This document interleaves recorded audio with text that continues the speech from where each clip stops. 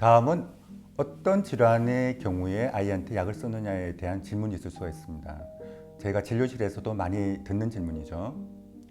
대체로 제일 많은 유형은 잔병 치레를 많이 하는 아이들의 경우입니다. 보통은 아이들의 경우 2세에서 5세 사이에 1년에 한 4차례 내외 정도 한번 병이 걸렸을 때 한 일주일 내에 정도 감기에 걸린다든지 다른 잔병치레를 한다 그러면 그 정도는 사실 평균 내외라고 할 수 있습니다. 그런 경우는 사실 소아과에서 짧게 약약을 쓰더라도 사실 특별한 문제는 없습니다. 다만 이런 경우가 문제가 됩니다. 한번 병치레를 할 때 한 달, 2달 이상 간다든지 또는 항생제를 투약을 하는데 한 달, 2달 이상이 간다든지 이러면 엄마들도 걱정이 되기 시작하죠. 또는 아토피 질환을 가지고 있는데 아이인데 스테로이드를 쓰기 시작해야 된다든지 이렇다 그러면 엄마들의 고민이 시작이 됩니다.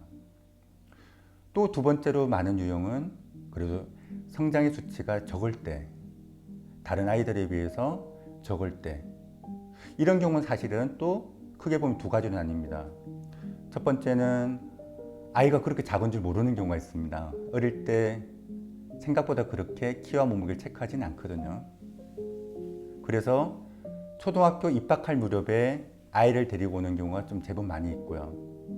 어릴 때부터 관심이 있는 부모님들은 아이들의 성장 상태에 대해서 알고 있기 때문에 조금 더 빠른 시기에 이런 성장에 도움이 되는 한약을 먹는 경우도 많이 있습니다.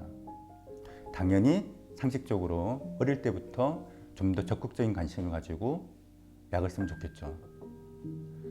부모의 키가 상대적으로 작다면 성장에 영향이 그래도 30 내지 50%의 영향을 가게 됩니다.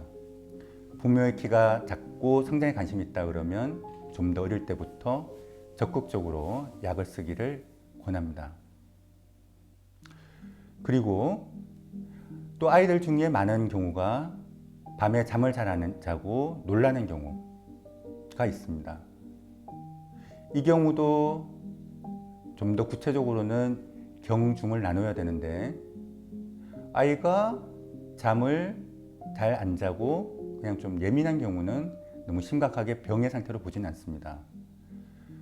이거를 알 수 있는 제일 쉬운 방법은 사실 아빠가 잠을 잘 잘 수 있느냐 못 잘 수 있느냐를 보면 됩니다. 아이가 심하게 밤에 깨서 심하게 운다든지 하면 아빠가 잠을 못 자서 출근해서 일할 때 지장이 있는 경우까지가 많이 있습니다. 그래서 그런 경우는 이제 야경증, 밤에 놀라는 증상이기 때문에 적극적으로 약을 써서 이제 이런 심기를 편안히 하고 오장육부를 건강하게 하는 처방을 쓰면 아이한테 도움이 많이 됩니다.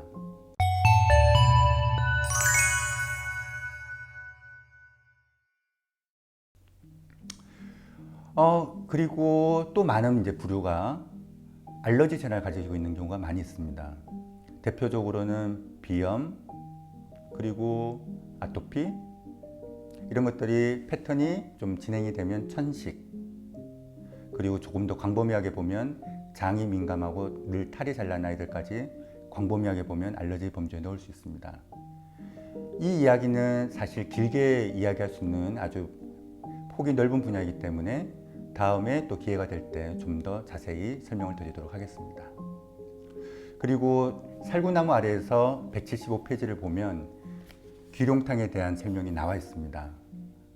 아버지가 저에게 소환약에 대해 공부하자고 하면서 귀룡탕에 대한 설명이 나오는데 귀룡탕에 들어가는 약재 중에 황기를 단품으로 쓰는 경우가 있고 황기를 꿀에 볶는 경우가 있습니다.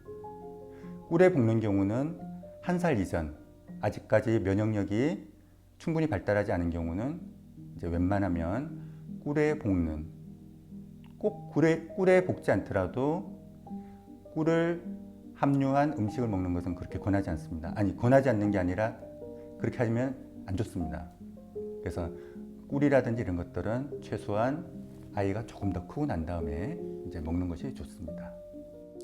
귀룡탕에 대해서 다시 한번 정리해 드리겠습니다. 귀룡탕은 아이들의 처방의 퍼스트 초이스.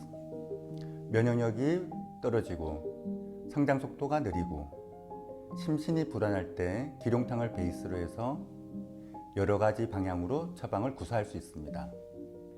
물론 아이들의 처방은 뛰어난 명방들이 많이 있습니다. 다음 시간에 이러한 처방들에 대해서 소개할 수 있는 시간을 또 갖도록 하겠습니다. 인삼녹용만이 보약은 아닙니다.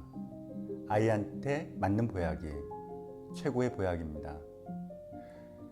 그리고 그 무엇보다 좋은 보약은 부모님의 사랑입니다. 아이를 사랑으로 감싸주세요. 감사합니다.